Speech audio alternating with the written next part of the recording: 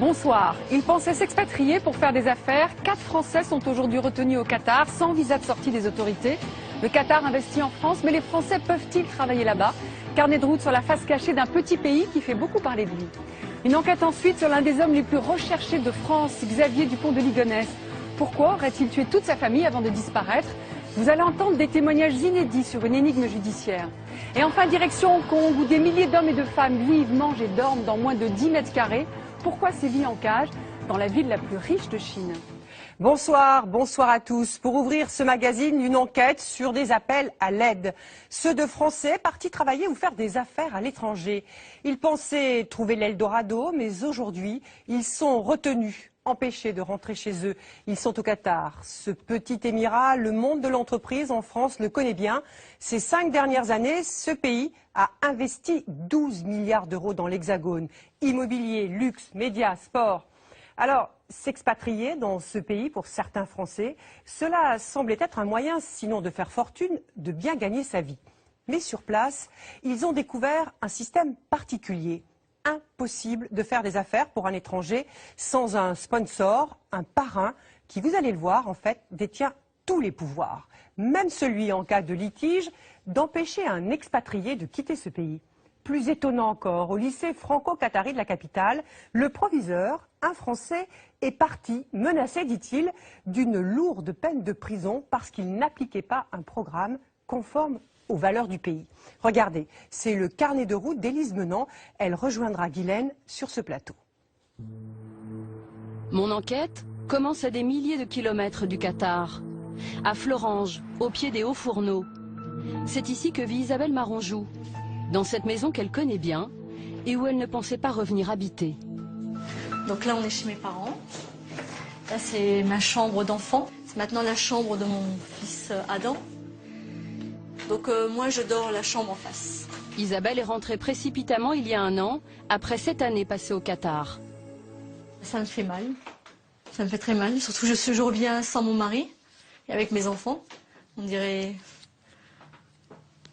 quoi, une pauvre femme, quoi. Parce que je suis plutôt quelqu'un de très indépendante. Et là, je dors à côté de chez mes parents. Leur chambre est en face. C'est comme si tous les jours j'avais 12 ans. De sa vie à Doha, la capitale, il ne lui reste plus que quelques photos. Son mari, Jean-Pierre, est alors homme d'affaires et président de l'Association des Français du Qatar. Le couple mène la belle vie. Mais les affaires ont mal tourné, les Maronjou ont tout perdu et le mari d'Isabelle n'a plus le droit de quitter le Qatar. Adam, Guillaume, vous venez? Cela fait plus d'1 an que la famille est séparée et ne communique plus que par Skype.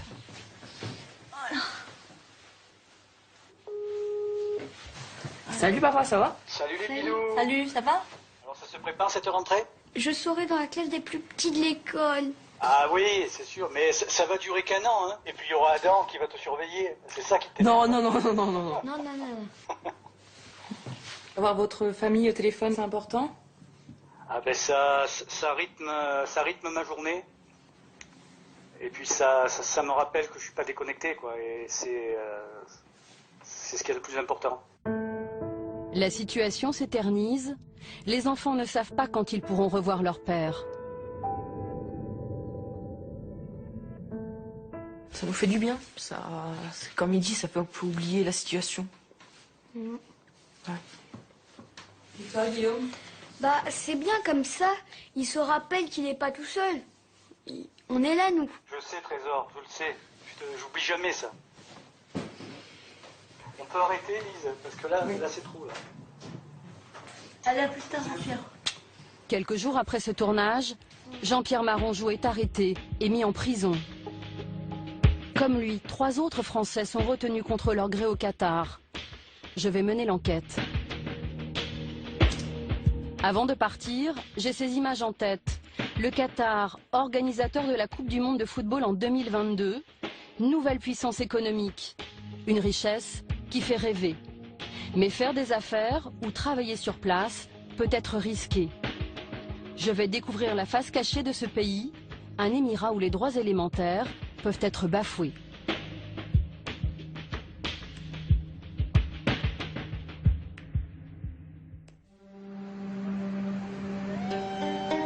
Me voici à Doha, la capitale du Qatar.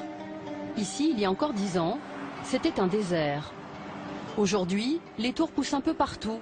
Les jeunes roulent en voiture de course et les résidences de standing accueillent les expatriés occidentaux. Ce Qatar-là, Jean-Pierre Maranjou l'a bien connu. Aujourd'hui, pour le retrouver, il faut s'en éloigner.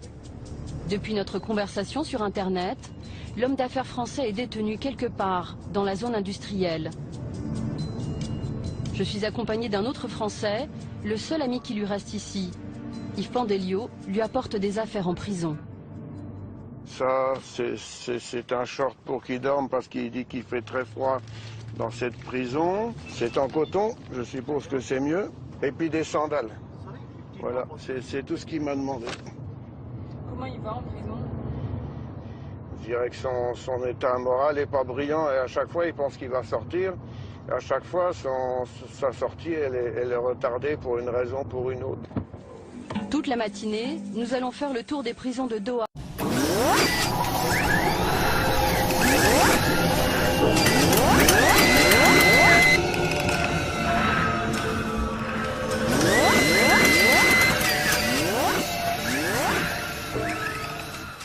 En caméra cachée. Nous ne savons pas où est détenu Jean-Pierre Maranjou. Nous commençons par le centre de rétention des étrangers.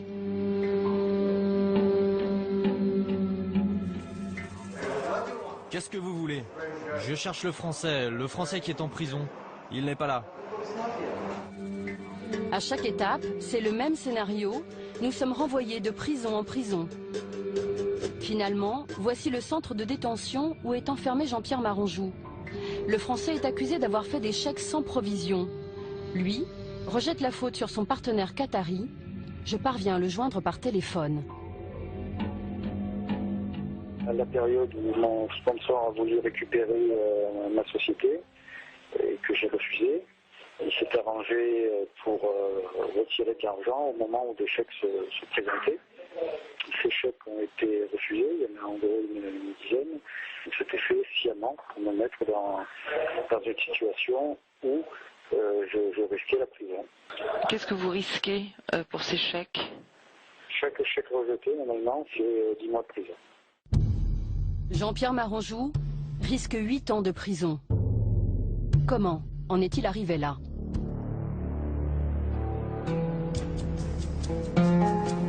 Je veux comprendre comment fonctionne le monde des affaires au Qatar. Le pays a tout d'un Eldorado. Les Qataris possèdent les 3e réserves de gaz au monde. Il n'y a pas de crise, pas d'impôts. Les étrangers viennent du monde entier avec l'espoir d'y faire fortune. J'ai justement rendez-vous avec l'un d'entre eux. Bonjour. Bonjour Elise, ça va? Ok, c'est parti. Mehdi est arrivé il y a 1 an. À 40 ans, il avait besoin d'un second souffle. Il a plaqué son CDI et sa vie parisienne pour venir tenter sa chance à Doha. Pour moi ici, le Qatar, c'est pas simplement un Eldorado, c'est aussi un nouveau challenge personnel. Il y a vraiment des opportunités à saisir. Et les opportunités, c'est maintenant qu'il faut les saisir. Vous savez, on vit qu'une fois, et vous savez quoi? C'est maintenant. Mehdi est dans le design d'intérieur depuis 20 ans. Au Qatar, il va lancer une célèbre marque française de mobilier. Pour son premier magasin, il a vu les choses en grand. Donc là, vous êtes dans le futur habitat à Doha. Donc on a un local qui fait ces 2 plateaux de 1000 m², on aura 2000 m² en tout. Mehdi n'a pas ouvert son magasin seul. Il a un partenaire, le groupe qatari Almana. Ce jour-là, il a une réunion de travail pour agencer les meubles. Bonjour, ça va? Ça va. Son chef est britannique, sa collaboratrice est russe. Seule la direction du groupe est qatari. Ce qui est important ici, c'est d'avoir un bon partenaire. Ça vous facilite les choses, ça vous ouvre les portes. C'est quoi un partenaire? Un partenaire, c'est quelqu'un qui va vous expliquer comment les choses fonctionnent ici, qui va vous faciliter la vie de tous les jours, qui va vous aider à trouver un bâtiment, qui va vous faciliter les choses au niveau de la douane. C'est ce qu'on a besoin dans le business, c'est de ne pas perdre de temps, d'aller vite. Mehdi n'a pas le choix. Avoir un partenaire qatari est obligatoire. C'est la loi. On appelle cela le sponsorship. Vous devez avoir un sponsor. Si vous voulez enregistrer votre entreprise, vous avez besoin d'un sponsor qui vous aide. Si vous voulez ouvrir un compte en banque, vous avez besoin de quelqu'un qui vous soutient. Vous avez besoin d'un sponsor qui vous aide à faire tout ça. Faire des affaires, mais aussi ouvrir un compte en banque, louer une maison, acheter une voiture. Les étrangers ne peuvent rien faire sans l'autorisation de leur sponsor. Pourquoi un tel système? Pour mieux comprendre, je vais à la rencontre d'hommes d'affaires qataris. Ahmed Al-Rayes est l'un d'entre eux. Il reçoit 2 Françaises qu'il sponsorise et qu'il conseille régulièrement. Nelly à gauche a le projet d'ouvrir un salon de coiffure VIP. Véronique travaille dans une société d'informatique. J'ai besoin de rencontrer des gens à Dubaï. J'aimerais que vous veniez avec moi si vous pouvez. J'ai besoin de vos conseils sur cette réunion que je vais avoir. Oui, bien sûr. Prévenez-moi quelques jours en avance et on ira. Pas de problème. Ahmed, c'est mon protecteur dans le pays, même s'il ne se passe rien. Mais je veux dire, j'ai besoin d'avoir quand même un support, ne serait-ce que par rapport à la barrière de la langue, par rapport aux lois qui changent comme régulièrement. Et Ahmed est là pour conseiller, pour orienter, pour dire si c'est bien ou si c'est mal. Voilà. En fait, choisir un sponsor, c'est peut-être beaucoup plus important que de choisir un mari. Parce que un mari, ok, on peut, mais un sponsor,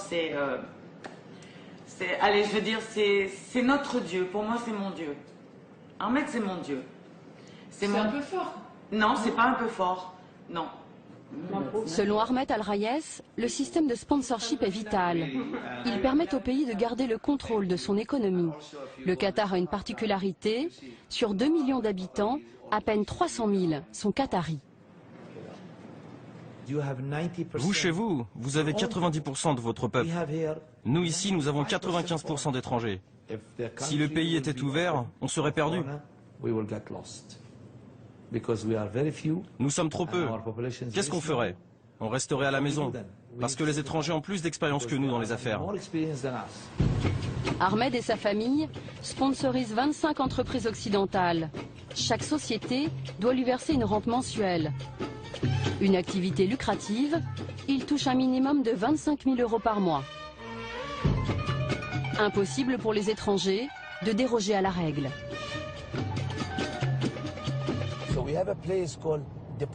Nous avons un centre de rétention. C'est un endroit d'où on expulse les étrangers qui sont ici sans sponsor, ou qui n'ont pas de carte de résident, ou qui font des choses illégales. On les amène ici et on les expulse. Et ils ne reviendront plus jamais dans ce pays. Ahmed m'emmène visiter une entreprise dont il est fier. L'une des plus grandes blanchisseries du pays. C'est sa propre affaire. 400 personnes travaillent pour lui. Des Népalais, des Philippins, des Indiens. Il n'y a que des étrangers qui travaillent ici? Il n'y a que des étrangers, pas de Qataris. Pourquoi? Les Qataris ne font pas ce genre de travail. Ils ne travaillent pas. Ahmed est aussi le sponsor de ses salariés et il garde en permanence un œil sur eux. Le sponsorship permet de contrôler les étrangers. En tout, je sponsorise 2000 personnes. Je sais en permanence où ils sont, ce qu'ils font. Je connais leurs revenus. Je sais s'ils font quelque chose de mal. Pour Ahmed, comme pour tous les Qataris, le sponsorship n'a que des avantages. Pour les étrangers, ce système s'avère bien contraignant. Michel Daillet est un avocat français installé au Qatar. Il conseille des PME étrangères. Ce jour-là, il rencontre des dirigeants d'une entreprise française et les met en garde. Les questions de travail sont extrêmement sensibles. On ne peut pas envoyer des gens comme ça au Qatar sans qu'ils soient raccrochés par le système de sponsoring à quelqu'un. Qu'est-ce qu'il a comme droit? Il représente. Sur l'employé? Ouais. Sur l'employé, il a quasiment tous les droits. On n'est plus maître de la situation. Vous n'êtes plus du tout maître de ses employés, ça c'est certain. L'un des premiers conseils qu'il donne est toujours de bien choisir son sponsor. On ne peut pas venir en électron libre au Qatar, si vous voulez. Ça se traduit dans les affaires par le fait que vous ne pouvez pas monter une affaire au Qatar, sauf exception, sans avoir un actionnaire qatari qui détiendra au minimum 51% de votre activité. Il a également le droit, s'il y a un problème, de vous retenir dans le pays. Il a souvent le droit de mettre un terme à l'entreprise. Il a souvent le droit de faire des opérations sur le compte bancaire. Bien souvent, ce sont les entreprises étrangères qui prennent tous les risques financiers. Le sponsor, lui, n'en prend aucun. Est-ce qu'il investit toujours 51%? En général, en pratique, non, il n'investit pas. C'est-à-dire qu'en rémunération de ces 51%, il ne verse rien. C'est souvent l'étranger qui verse l'intégralité du capital. Ce système de sponsorship laisse la porte ouverte à toutes les dérives. Au cours de mon enquête, je découvre que beaucoup d'expatriés rencontrent des difficultés qu'ils n'imaginaient pas. La plupart ont peur de parler. Parce que après, voilà, il y a des risques, parce qu'il y a la police qui peut rechercher aussi les gens, la police secrète. La police secrète?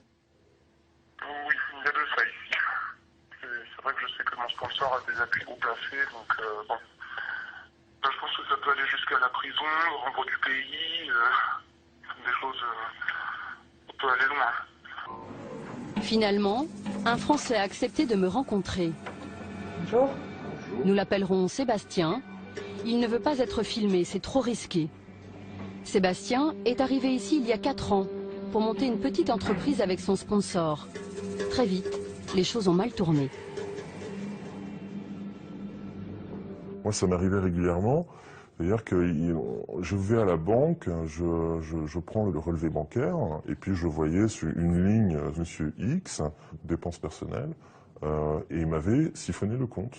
Moi, à la fin du mois, après, j'avais plus d'argent pour payer mes employés, plus d'argent pour payer mes fournisseurs, plus d'argent pour payer les locaux de l'entreprise. Et ça, c'est très problématique. Quel recours vous avez quand un sponsor siphonne les comptes? Zéro. Zéro. Vous avez zéro recours. On ne peut pas gagner un conflit contre un Qatari. C'est impossible. Pour parler un peu crûment, on a un peu l'impression parfois d'être des métayers. Il y a encore cette notion un peu d'esclavage, mais c'est vrai qu'on leur appartient complètement. Vous n'avez pas les mêmes droits qu'un Qatari. Cela va même plus loin. Pour sortir du Qatar, les étrangers doivent demander la permission à leur sponsor. C'est ce qu'on appelle un visa de sortie ou exit permit. Une arme redoutable. En cas de conflit, le sponsor peut le refuser. Il vous retire votre exit permit, il ne vous verse plus de salaire. Vous allez être coincé pendant 10 ans au Qatar, sans avoir de revenus, sans pouvoir sortir du pays, en étant un paria, et puis il fera tout pour vous embêter. Au Qatar, le sponsor est tout puissant, surtout s'il s'agit d'un homme d'influence.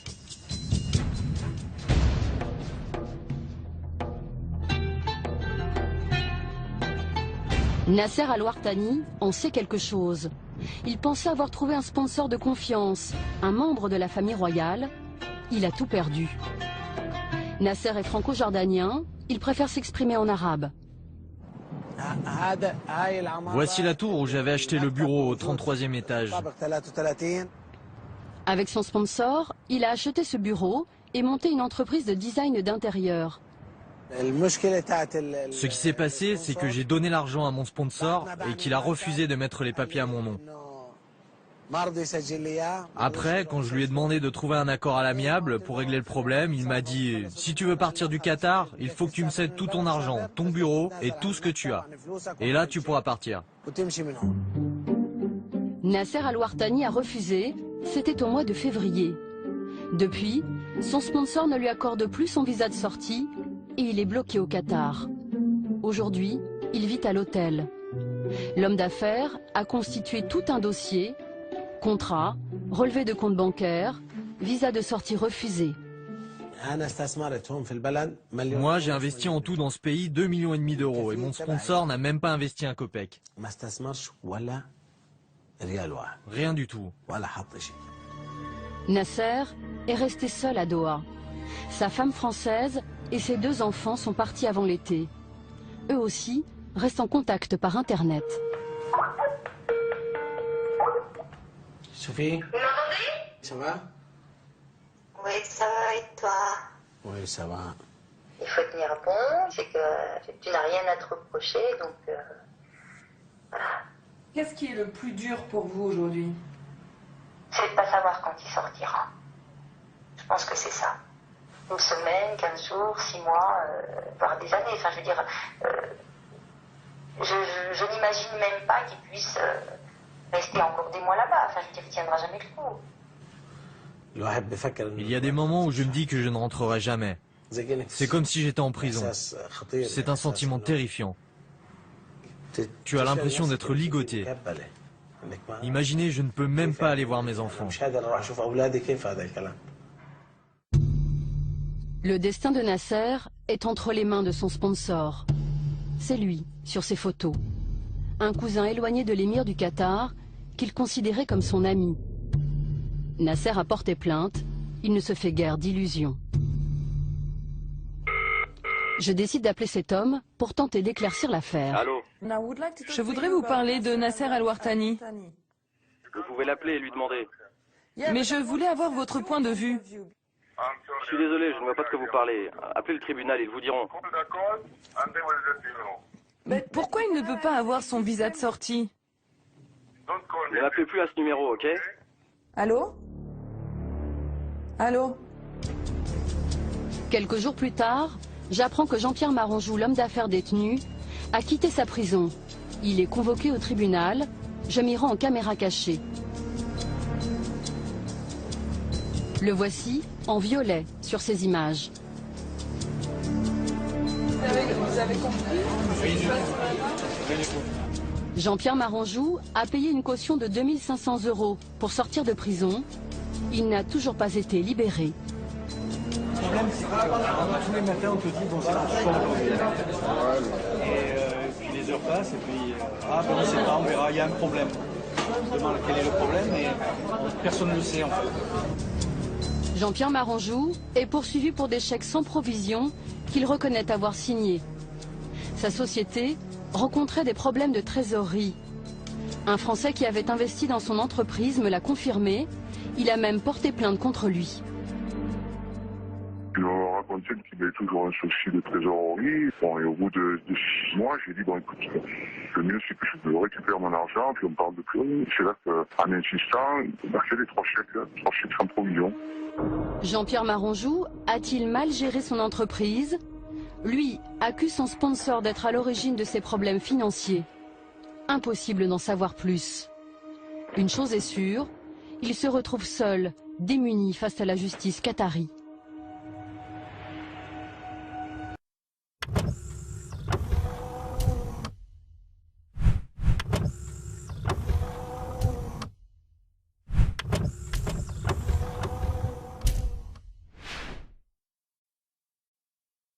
L'avocat ne s'est pas présenté.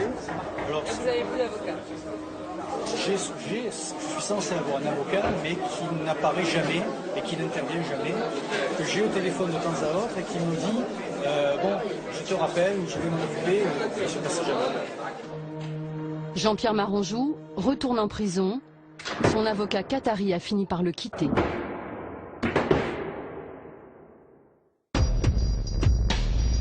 Des étrangers bloqués, détenus, il y en a aussi dans un secteur aujourd'hui sous le feu des projecteurs. Le Qatar se rêve en grande nation du foot. Le pays recrute ses joueurs directement en Europe, mais ne tient pas toujours ses promesses. Zahir Bellounis est un footballeur français. Aujourd'hui, il fréquente le parc, plus que le stade. Tous les après-midi, il les passe avec sa femme et ses 2 filles. Une vie paisible en apparence. Mais Zahir n'a pas été payé depuis 2 ans. On pourrait croire que ma vie est cool, quoi, mais en ce moment, je vis un véritable cauchemar. Et je me bats pour en sortir. Mais c'est pas facile. Parce qu'en fait, je suis interdit de quitter le pays depuis que j'ai porté plainte contre mon club. Le rêve avait bien commencé pour Zahir Bellounis. En 2010, il est acheté par un club de D2 qatari et signe un contrat de 5 ans. Il est alors capitaine de l'équipe. Je suis là. J'avais encore le sourire, là. Au bout d'1 an, Zahir est mis sur le banc de touche sans explication. Ses salaires ne sont plus versés. Pourtant, il fait toujours partie du club il n'est pas licencié. Alors, le plus important, voilà, c'est la durée du contrat, du 1er juillet 2010 jusqu'au 30 juin 2015. Ils me doivent 2 ans de salaire. Toute personne travaillant et n'étant pas payée pendant 2 ans, voilà, que réclamerait son dû. Et moi, c'est 2 ans de salaire dans ma vie, et puis c'est... et voilà, quoi, je peux pas leur faire cadeau de ça. Zahir Bellounis a porté plainte contre son club. En représailles, son sponsor ne lui délivre plus de visa de sortie depuis le mois de février. Zahir m'emmène chez son ami Stéphane Morello, entraîneur dans un autre club de foot. Depuis 4 ans, il vit le même cauchemar. Lui non plus ne peut pas sortir du pays. Ses 2 dernières années de salaire n'ont pas été payées. Au niveau de la personnalité, tu changes. Tu deviens cinglé. Tu sais comme je suis. Je suis quelqu'un qui s'enflamme vite, quoi. Je m'enflamme avec ma femme, je m'enflamme avec mes enfants. Je mène une vie impossible à tous mes proches. C'est les enfants qui en pâtissent de ça. C'est les enfants qui en pâtissent de ça. Qui est responsable de cette situation? C'est pas moi. Des fois, je regarde les avions comme ça et je me dis, bon, ça, je pourrais pas le prendre. Je pourrais pas le prendre, cet avion, on m'interdit de le prendre. Mais je vois la mer, je me dis, s'il faut, je sais pas, partir en bateau ou je sais pas, faire des trucs... je le dis parce que je suis un peu tendu en ce moment, mais j'aimerais pas arriver à ça, quoi, parce que là, pour le coup, ce serait grave, ça serait grave. Comme les 3 autres Français bloqués au Qatar, Stéphane Morello a demandé de l'aide à l'ambassade de France. Il attend un appel. Je vais penser à moi parce que j'en peux plus. Ils savent très bien qu'il y a une atteinte à nos droits, qu'il n'y a aucune raison de nous maintenir ici, ils le savent. Bon, à partir du moment où vous le savez, dites-le au gouvernement qatari. Si la première fois que vous l'avez dit, ils l'ont mal entendu, ou ils l'ont mal compris, ou ils n'ont pas compris que c'était pressant quand même, dites-le un peu plus fort. Les sponsors de Zahir Bellounis et Stéphane Morello n'ont jamais répondu à mes demandes d'interview. Stéphane reçoit l'appel de l'ambassade. Oui, monsieur Safar. Mais encore une fois, ses espoirs sont déçus, rien n'a bougé. Bonne fin de journée, au revoir. La diplomatie française est extrêmement coupable. Comment penser que le fait de hausser un peu la voix ou de faire comprendre aux Qataris qu'on veut résoudre ce problème-là, comment penser que ça pourrait mettre en relation ou en péril les relations qu'entretiennent la France et le Qatar? Les intérêts économiques pèsent-ils plus lourd que 4 expatriés bloqués? Ces dernières années, le Qatar a investi 12 milliards d'euros en France. L'ambassade et le ministère des Affaires étrangères ont refusé de répondre à mes questions. À Paris, j'ai rendez-vous avec l'avocat Franck Berton. Depuis fin août, ce ténor du barreau défend les Français bloqués au Qatar. Mais quoi qu'il arrive, les droits de l'homme doivent être respectés. Et on ne marche pas comme ça, par un chantage en disant tu renonceras à ton salaire et tu pourras sortir de mon pays. Non mais vous imaginez, au XXIe siècle, de dire ça? Non mais c'est inimaginable. Les sponsors des 4 Français ont un point commun. Ils font tous partie de la famille royale du Qatar. Franck Berton a décidé de porter plainte contre eux et contre l'émir en personne. Écoutez, bien sûr que c'est compliqué de s'attaquer à la famille royale. Et c'est même pour ça que peut-être pendant un moment donné, on va dire les affaires étrangères et la diplomatie française a été un petit peu en retrait. Qu'on s'est dit, écoutez, quand même, les intérêts en jeu sont importants, on va froisser la famille royale. Mais la famille royale, c'est le Qatar, et le Qatar, c'est la famille royale. Mon enquête n'est pas tout à fait terminée. Elle s'achève en Bretagne, avec une affaire embarrassante pour la France. Pendant 4 ans, Jean-Pierre Brosse était proviseur du lycée franco-qatari de Doha. Mis en cause pour le contenu de son enseignement, il a décidé de rentrer en France. Je me sentais plus libre, parce que lorsqu'on n'a plus la liberté d'exercer son métier, on ne peut pas être serein, et c'est quelque chose qui est pesant. Le lycée privé, où exerçait Jean-Pierre Brosse, devait être un symbole de l'amitié entre les 2 pays. Il accueille des élèves français et qataris. En 2008, il est inauguré par Nicolas Sarkozy et le futur émir du Qatar. 2 ans plus tard, la situation s'envenime. Jean-Pierre Brosse commence à subir des pressions de certains parents. Ils se plaignent des programmes français. L'ancien proviseur m'emmène à la bibliothèque municipale il veut me montrer le type de livre qui posait problème. Donc, dans le domaine de l'histoire, la statuaire grecque, impossible à étudier. Pourquoi? La nudité, simplement. En histoire, toujours, le fait d'avoir une église, une abbaye, une cathédrale pose problème. Parce que c'est simplement une allusion à la chrétienté. Les enfants ne doivent pas savoir qu'il existe une autre religion que l'islam avant l'âge de 18 ans. Les plaintes s'accumulent, deviennent quotidiennes. Jean-Pierre Brosse a gardé les documents mis en cause. Ces photos extraites de manuels scolaires, dont celle-ci, un dessin de 2 petits oursons. Alors le problème, c'est que l'un d'eux s'appelle Mathieu. Et il est impossible d'avoir une histoire qui concerne un petit ourson qui porte le nom d'un apôtre. Pourquoi? Parce que c'est un apôtre. Donc c'est une allusion à la religion chrétienne. Tout allait lui poser problème.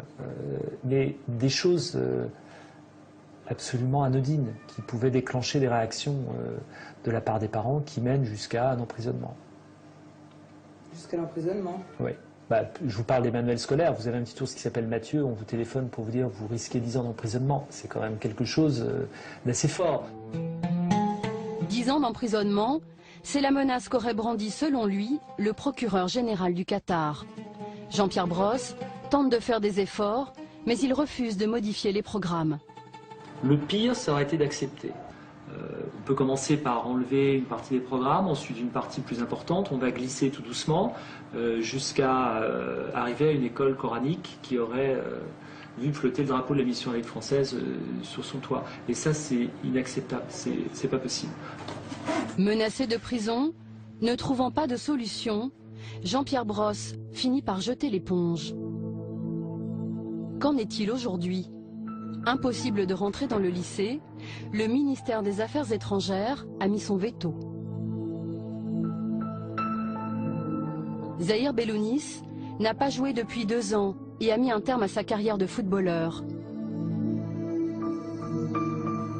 Stéphane Morello est devenu enseignant à Doha et tente de mener une vie normale avec ses enfants. Jean-Pierre Maranjou a entamé une grève de la faim en prison. Nasser lui attend toujours. En janvier, sa carte de résident expire. Il sera sans papier dans un pays qu'il n'aura pas non plus le droit de quitter. Bonsoir Élise. Bonsoir. Une question d'abord sur l'affaire de ce lycée franco-qatari. Cet ex-proviseur que vous avez interviewé, est-ce que c'est un cas isolé? Alors non, ce n'est pas un cas isolé. Son successeur a également eu des problèmes au bout d'1 an. Il a d'abord été retenu dans le pays, il n'avait plus le droit de sortir, il n'avait plus de visa de sortie, puis il a été expulsé. Les autorités du Qatar lui reprochaient des problèmes financiers dans l'établissement, mais il semblerait que ce serait un prétexte. Alors, quel est exactement le statut de ce lycée franco-qatari? C'est un peu difficile à comprendre. De qui est-ce qu'il dépend? Alors, c'est un lycée qui a un statut particulier. Ce n'est pas le lycée français de Doha, c'est un lycée privé franco-qatari. Donc, au départ, il était sous la gestion de la mission laïque française. Mais avec des professeurs de l'éducation nationale française. Voilà, tout à fait, qui étaient détachés de l'éducation nationale. Et depuis 2012, depuis qu'il y a eu des problèmes avec les proviseurs, il est sous la gestion qatari. Et donc, en fait, il y a un autre lycée à Doha, qui est lui le lycée français, géré par les Français. Et là aussi, il y a eu des problèmes, puisque le proviseur est rentré précipitamment en France il y a quelques semaines, après avoir été arrêté au Qatar. Les autorités lui reprocheraient visiblement, selon elles, une attitude anti-musulmane. Alors, Élise, vous nous montrez dans votre reportage les difficultés pour les étrangers de travailler au Qatar. À la fois, ça peut aller de son entreprise spoliée, des peines de prison, donc pas de visa de sortie, retenu dans le pays, mais ça peut aller jusqu'où? Alors, ça peut même aller jusqu'à la mort. Rien que cet été, il y a 44 Népalais qui sont morts sur les chantiers. Les ouvriers népalais. Les ouvriers népalais qui sont morts sur les chantiers de Doha. Il faut savoir que l'été, au Qatar, il fait très chaud, il fait 50 degrés et les chantiers ne s'arrêtent pas pour autant. Et les ouvriers travaillent dans des conditions très difficiles. Ils travaillent 12 heures par jour, ils n'ont pas toujours d'eau potable, ils n'ont pas toujours de pause, à tel point que l'ambassadeur du Népal au Qatar a même qualifié le pays de prison à ciel ouvert. Et les organisations internationales commencent à s'inquiéter de plus en plus, notamment Human Rights Watch, parce qu'avec l'organisation de la Coupe du Monde de football en 2022, les chantiers se multiplient et le Qatar va faire appel à des milliers et des milliers d'ouvriers supplémentaires. De main-d'œuvre. On estime même qu'ils auraient besoin de d'1,5 million de travailleurs supplémentaires.